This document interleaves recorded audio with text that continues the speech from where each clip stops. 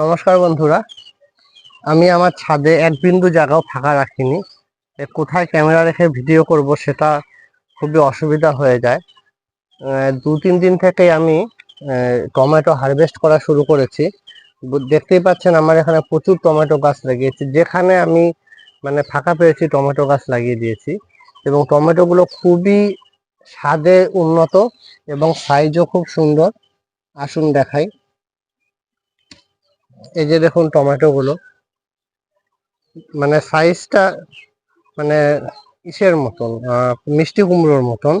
এবং আজকে খেলে আপনি এটা টক স্বাদ পাবেন, এবং একদিন দুদিন রেখে খেলে আপনি এই টমেটো গুলোর টেস্ট খুব মিষ্টি পাবেন। আমার তো খুব ভালো লাগে এইরকম দেশি টমেটো খেতে, সেই জন্য আমি এই গাছগুলো লাগাই। দাঁড়ান, আমি আরেকটা টমেটো হারভেস্ট করছি।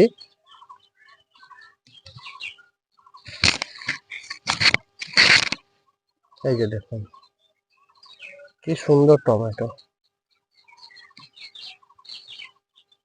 টমেটো গাছে টমেটোর রং হওয়া শুরু হলেই এই যে আরো টমেটো আছে এখানে, দেখতেই পাইনি।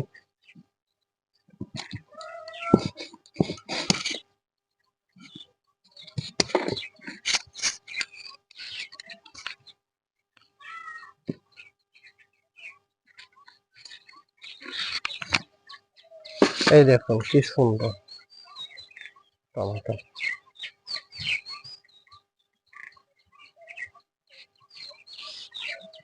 টমেটো গুলো খেতে খুবই সুন্দর।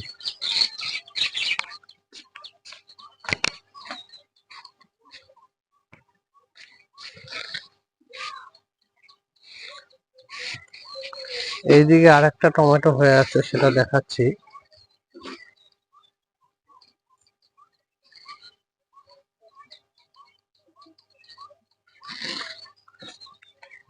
এই দেখুন এই পরিমাণ টমেটো আমি হারভেস্ট করলাম, আরো এখানে একটা খুব সুন্দর টমেটো হয়ে আছে। বেশি ফলনের প্রয়োজন নেই, অল্প ফলন হোক, কিন্তু জিনিসটা বিনা কেমিক্যালে তৈরি হোক। আমার এই ছাদ বাগান এক বিন্দু কোনো কেমিক্যাল সার, কেমিক্যাল স্প্রে, কোনো গ্রোথ বুস্টার কোনো কিছু না দিয়ে সম্পূর্ণ জৈব সারে তৈরি। আপনারা এভাবে তৈরি করুন, ফলন কম হোক কিন্তু যেন খাবারের গুণমান অনেক উন্নত হয়। নমস্কার।